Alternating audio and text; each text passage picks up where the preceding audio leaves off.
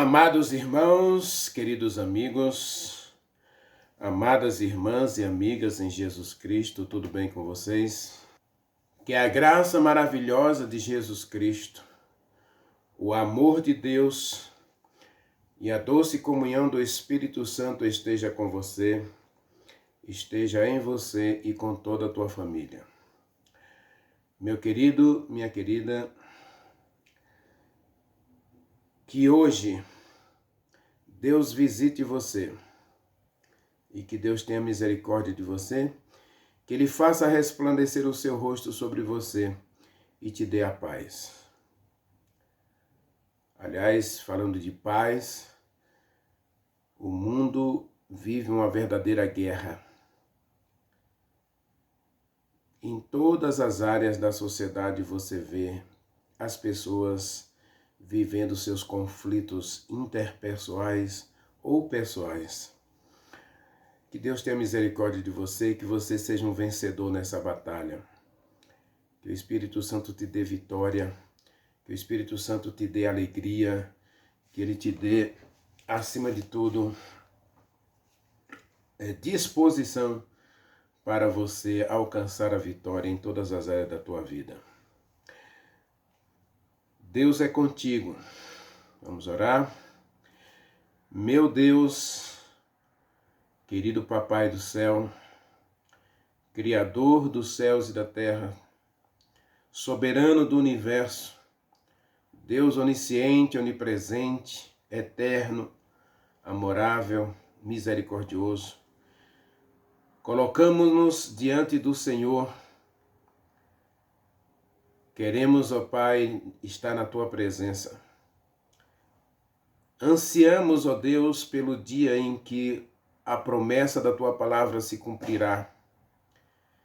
E deixemos este mundo tenebroso, contaminado pelo pecado, e nos encontremos face a face com o Senhor no lar celestial. Lar que o Senhor foi preparar para todos nós e que eu tenho certeza que o Senhor também anseia nos dar de presente e nos dar as boas-vindas ali. Queremos, Pai, sair deste mundo, porque aqui não é o nosso lugar. Mas estamos aqui, Senhor, por um propósito. E queremos que esse propósito nos motive a viver à altura do céu, para que outros também sintam a alegria e o desejo de aí estar. Senhor, este mundo não é mais um lugar que a gente possa ter alegria ou prazer. Portanto, Senhor, ajude-nos a não amar mais este mundo e amar as pessoas que estão neste mundo, porque Jesus Cristo fez isso. Ele aborreceu o pecado, ele aborreceu a maldade, a injustiça, ele aborreceu toda sorte de desonestidade, desigualdade, preconceito, ele aborreceu. Mas ele amou as pessoas e deu a vida pelas pessoas. Senhor, se o teu propósito para a nossa vida é levar outros aos teus pés, a estar contigo, a viver contigo, Pai, dá-nos essa alegria, dá-nos esse prazer. Ajude-nos, Senhor, a viver para construir na vida de outras pessoas um caráter justo, um caráter perfeito, porque isso o Senhor está desenvolvendo em cada um de nós. Que nós tenhamos a personalidade de Jesus Cristo, a mente de Jesus Cristo, os atos de Jesus Cristo, o exemplo de Jesus Cristo em nossa vida, para que outros também sintam o prazer de entrar nesse caminho. Que possamos vencer como Jesus Cristo venceu. Portanto, meu Deus, abraça a cada um de nós agora.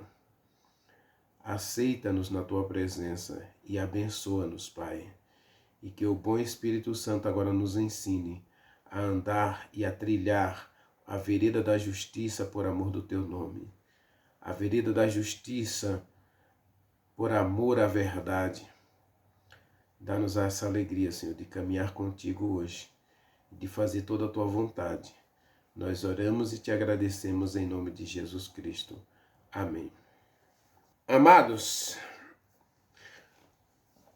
vamos continuar nossa leitura lá em Gênesis capítulo 6,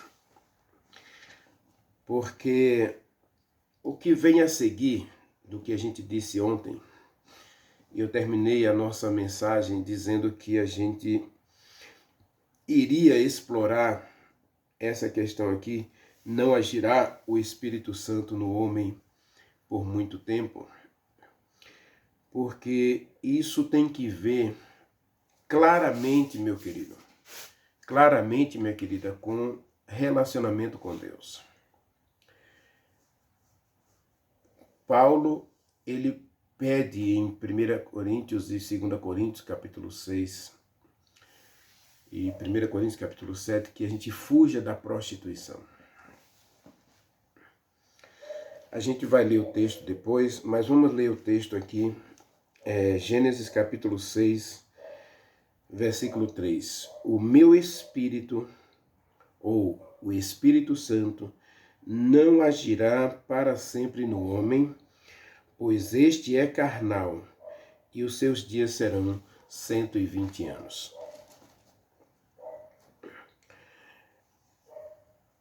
A vida cristã é um modo de vida diferente daquilo que a gente imagina ser. Eu quero ilustrar isso aqui com a história dos filhos de Israel no Egito e a história dos filhos de Israel saindo do Egito para a terra de Canaã. Esse trajeto que era para durar cerca de 3 anos, onde Deus iria educar o povo para entrar em Canaã e cumprir a vontade de Deus, que era a eliminação de todo o povo idólatra e eles tomarem posse da terra, para que ali na terra do Egito, ou na terra de Canaã, eles pudessem mostrar para todos os povos de outras terras, de outros países, a verdadeira adoração. E lógico que o Espírito Santo vai trabalhar no coração dos filhos de Israel durante 2 anos, ou durante 2 anos e meio. A questão é essa mesmo. 2 anos e meio Deus deu ao faraó e aos egípcios para que eles pudessem libertar os filhos de Israel e Israel pudesse sair do Egito para ir para a terra de Canaã. E na terra de Canaã eles prestarem verdadeira adoração a Deus e ser uma luz a outros povos, ser uma lâmpada para os outros povos, atraindo-os à verdadeira adoração também. Esse era o propósito de Deus, e você vai encontrar isso lá em Isaías 58, 59, Deus mostrando que ele queria que o povo saísse das trevas e o seu povo deveria ser o caminho, deveria ser a luz para esse encontro de Deus com todas as nações. Ele diz que seria exaltado em toda a terra, e Deus quer ser exaltado em toda a terra através de seu povo. Por isso Jesus Cristo vai dizer de mim e de você: vocês são a luz do mundo e o sal da terra. Agora observe, Israel está no Egito, eles ficaram literalmente 243 anos no Egito. Quando a gente diz que eles ficou 400 anos no Egito, a profecia foi dada a Abraão, e a partir do momento que a profecia foi dada, é contado o tempo. Então José desce ao Egito, os filhos de Israel descem ao Egito, e depois eles ficam lá 243 anos, mas da profecia de Abraão até a saída do Egito, 430 anos. Mas por que 430, Renivaldo? Porque Moisés cometeu aquela gafe lá de matar o egípcio, e então Deus precisou de mais um tempozinho aí para que preparasse Moisés e os outros líderes de Israel para libertar os filhos os filhos de Deus que estavam escravizados no Egito. Agora imagine o êxodo. O povo sai do Egito, atravessa o Mar Vermelho, um grande milagre, e começa uma jornada. Essa jornada, meu querido, não era uma jornada qualquer. Era um momento de Deus com seu povo. Era um momento de Deus preparar o povo para a posse da terra prometida. Então, nesse período, a gente vai chamar esse período de um período de disciplina, de ensino. A palavra disciplinar ou discipular é tornar alguém parecido com. Veja a responsabilidade do professor, né? O professor que ensina a criança, né? O estudante, que na Bíblia é chamado de discípulo, o estudante, ele tem um papel: aprender os ensinos do seu mestre, do seu professor. Então, o povo de Jeremias deveria ser ensinados por Deus. E nesse caso aqui, a Bíblia diz que Deus colocou o Espírito Santo para ser esse professor. Leia comigo Neemias capítulo 9. Deus nos deu o professor. E observe, você não pense que eu estou fugindo do assunto não, tá? Observe lá que o texto é claro: não agirá o Espírito Santo para sempre. Então significa que o Espírito Santo tem um agir. Ele tem uma metodologia, ele tem uma estratégia, ele tem um papel, ele tem uma função. A função é guiar o povo, é converter o povo, é transformar o povo. Então, quando você lê Gênesis 6, versículo 3, Deus está dizendo que o Espírito Santo tem uma função: agir no homem. Essa palavra agir aqui, meu querido, é a mesma do médico. É o papel do médico, o cirurgião, não é o médico clínico geral, não. Talvez você pode até colocar o clínico geral aqui, mas a especialidade do Espírito Santo aqui é arrancar coração e transformar e dar um novo coração. Esse agir aqui é um papel transformador. O agir do Espírito Santo aqui, meu querido, é um papel modificador. Ezequiel 36, verso 26 e 27. Eu vou arrancar de vocês o coração de pedra e vou dar a vocês um coração de carne capaz de obedecer às minhas leis, os meus estatutos, os meus mandamentos. Esse novo coração é o agir do Espírito Santo. Muita gente não entende isso aí, mas o Espírito Santo não vai ficar inerte na vida da gente. Ele não vai ficar parado olhando você se debater. Não, o Espírito Santo está aqui para modificar você. Ele é um professor. Neemias capítulo 9, verso 20, se eu não estou enganado, deixa eu ver se é o 20 mesmo. Ele assim: e lhes concedeu o Espírito Santo, o bom Espírito Santo, para os ensinar, e não negaste para a boca deles o teu maná, e água lhe deste na sua sede. Então veja que Gênesis capítulo 6 e Neemias capítulo 9, verso 20, apontam que o Espírito Santo tem uma função. Aqui a gente poderia ficar teologizando, né? Ou teorizando a questão do Espírito Santo, se ele é Deus, se ele não é Deus.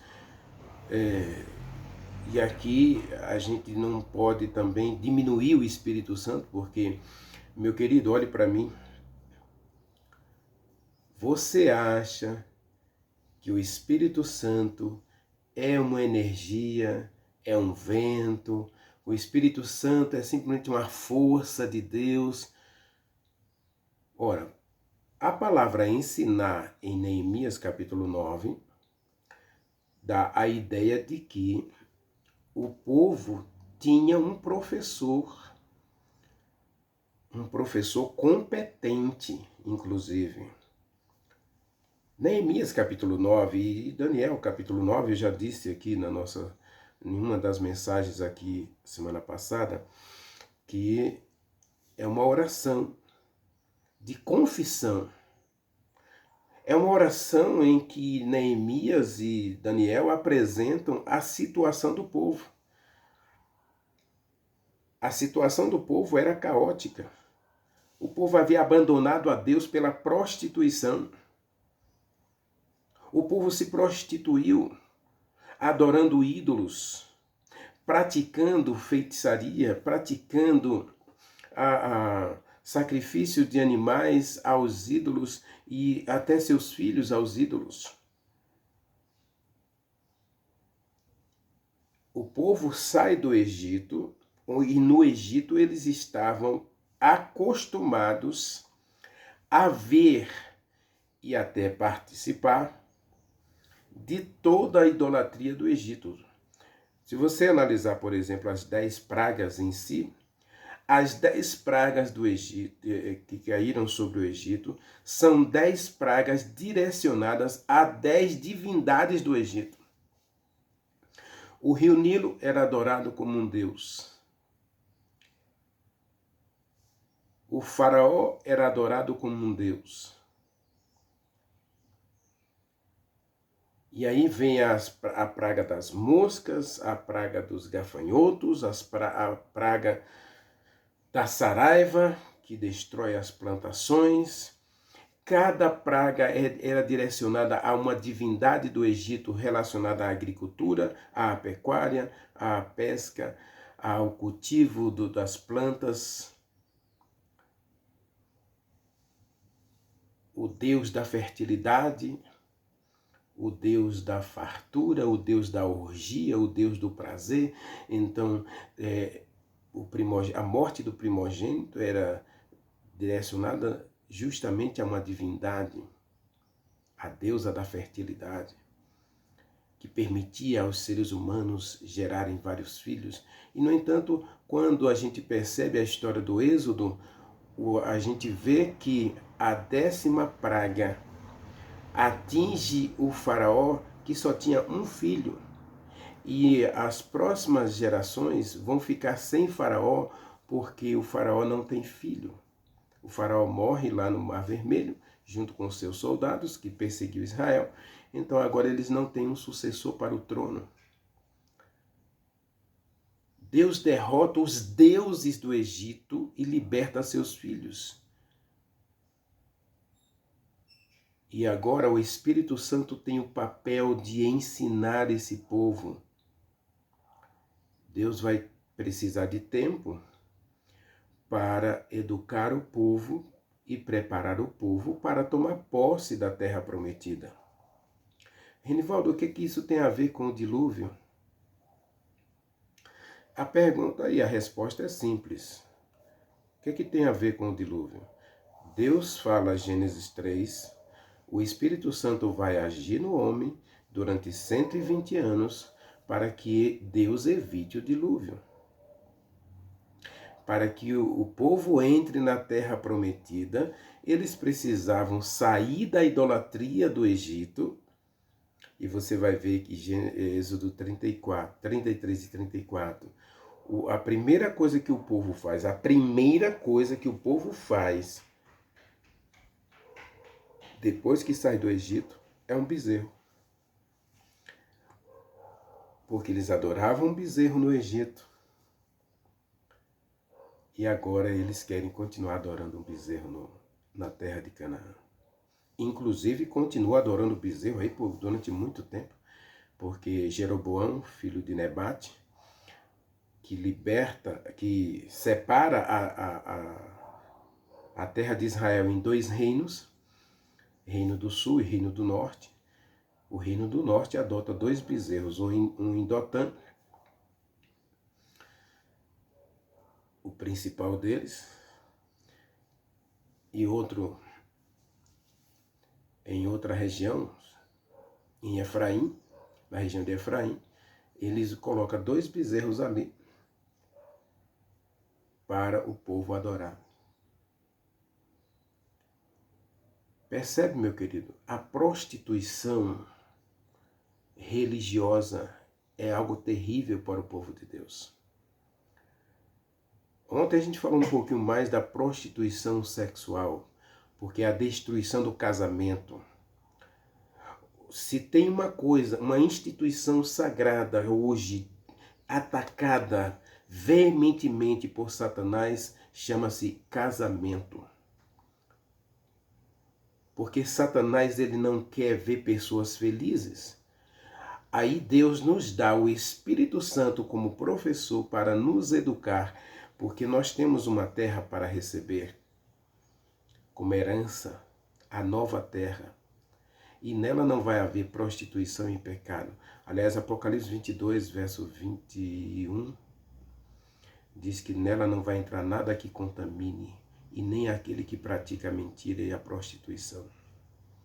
Apocalipse capítulo 20 fala que todo aquele que tem o problema da prostituição, seja ele em qualquer sentido, não entrará na nova terra. Ficará de fora. A terra vai ser destruída pelo dilúvio e Deus então dá o Espírito Santo para agir no homem durante 120 anos, para evitar o dilúvio. Deus dá o Espírito Santo aos filhos de Israel e durante 45 anos, não foi 40, tá? Foi 45 anos, foram 45 anos para o povo tomar posse definitivamente da terra prometida, foram 45 anos pela desobediência. Então, durante 45 anos, o Espírito Santo vai agir, vai ensinar, vai trabalhar. Por que você está insistindo tanto em prazo, Renivaldo? Eu fico preocupado com a questão do prazo, porque é o seguinte, meu querido, eu falei ontem, né? O Espírito Santo está se retirando da terra. Cuidado para ele não se retirar de você. E essa questão de prazo é muito importante, porque Paulo vai dizer em Coríntios que a gente não pode correr em vão. A gente não pode ter uma vida cristã inútil.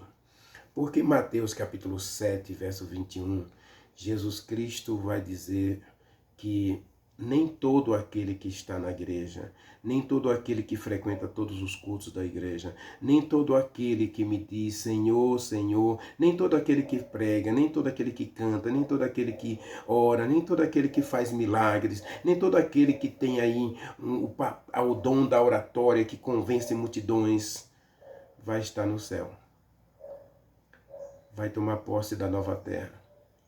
Somente aquele que faz a vontade do meu Pai que está no céu. Ora, se Deus nos deu o Espírito Santo para nos ensinar, para agir no homem, para agir em nós, a minha pergunta é, meu querido, como está o agir do Espírito Santo na tua vida? Durante 45 anos, durante 120 anos, o Espírito Santo agiu, infelizmente o dilúvio veio. Os filhos de Israel, o Espírito Santo teve um pouquinho mais de paciência. Durante 1000 anos, Deus lutou com Israel. 1000 anos. O Espírito Santo lutou com os filhos de Israel. Mas no ano 70, Jerusalém foi destruída. Deus tem paciência conosco. 2 Pedro capítulo 3, versículo 9, diz que Deus não retarda as suas promessas, como alguns a julgam demorada. Pelo contrário, ele é longânimo para conosco, não querendo que ninguém pereça, mas que todos alcancem o arrependimento. todos alcancem o arrependimento. Então o Espírito Santo foi dado a nós para nos levar ao arrependimento, à conversão e à santificação. Esse é o papel do Espírito Santo. Agora, o problema em Gênesis está no homem.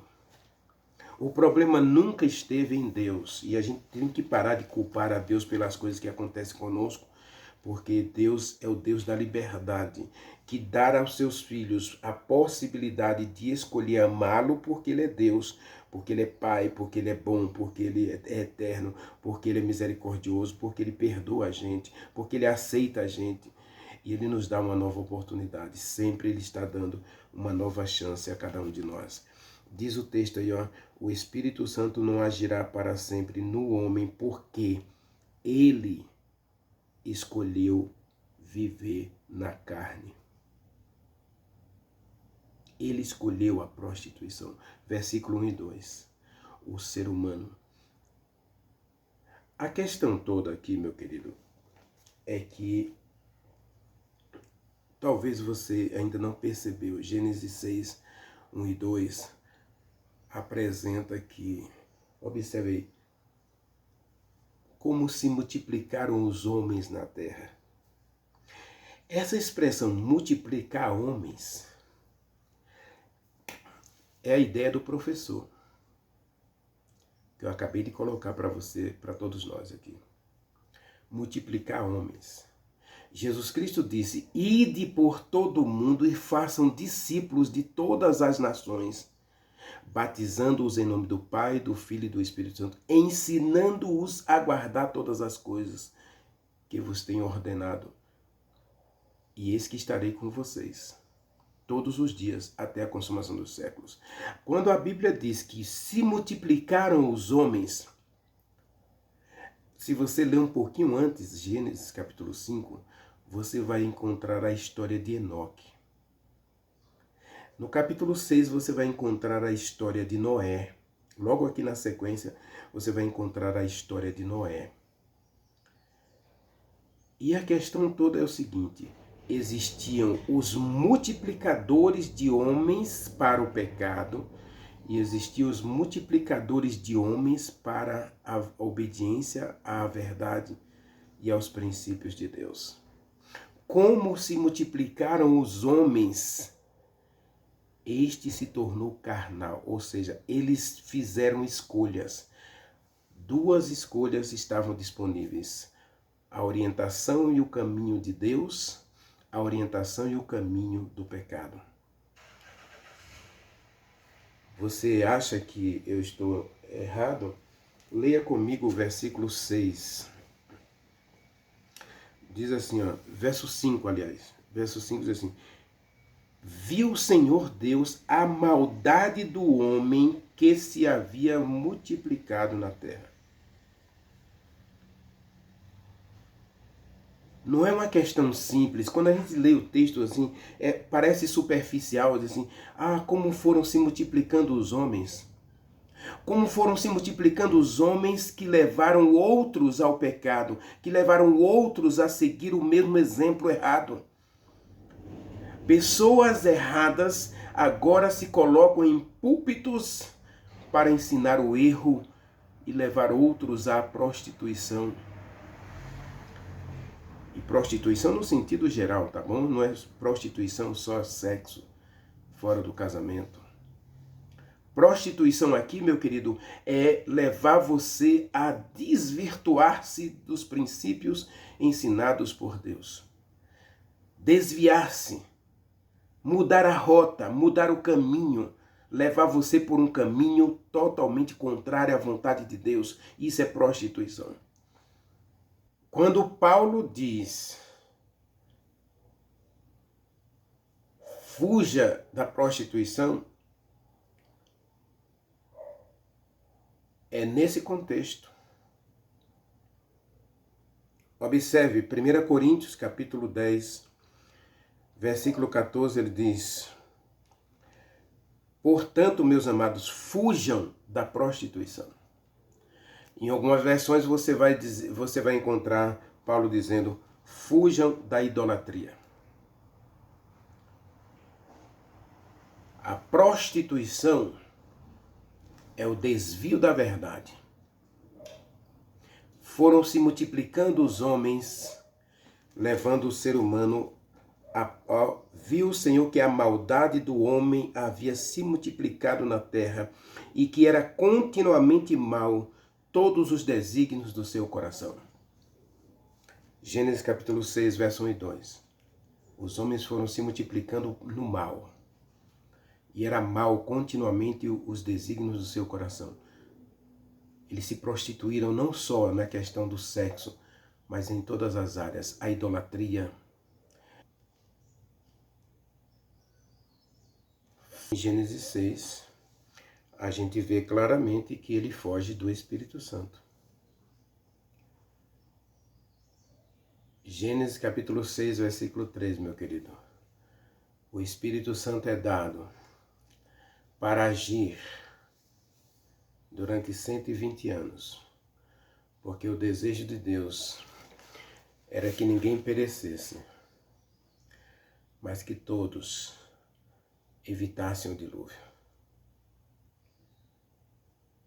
Você vai dizer, a arca era pequena.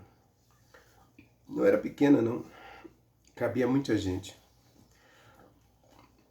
Não era para ser ocupada por animais. Era para ser ocupada pelo ser humano. Mas o ser humano não quis, então Deus ocupou com os animais. Para mostrar ao ser humano o que eles haviam perdido. Os animais vão ocupar um lugar que foi dado ao ser humano.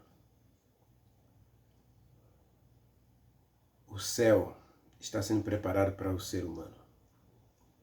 E a história se repete.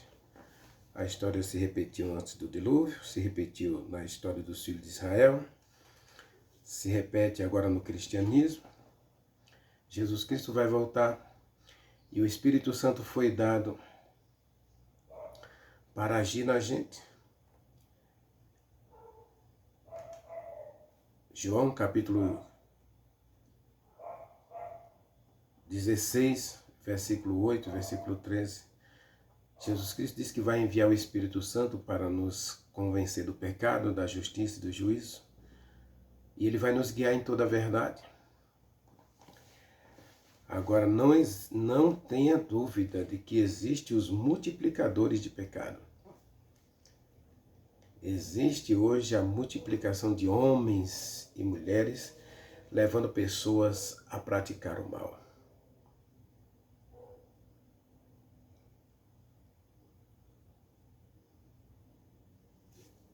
Então, o conselho de Deus para nós hoje, dado pelo Espírito Santo, Coríntios capítulo 10, versículo 14, é: fuja da prostituição, fuja da idolatria, fuja do pecado. E só podemos fazer isso, meu querido, se a gente abrir o coração ao Espírito Santo.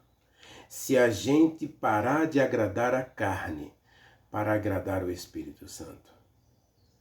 Leia depois Romanos capítulo 8, você vai ver que existe essa guerra. Capítulo 7 também, você vai ver que existe essa guerra entre a carne e o Espírito Santo. Entre os desejos da carne e os desejos do Espírito Santo. Os antediluvianos preferiram os desejos da carne.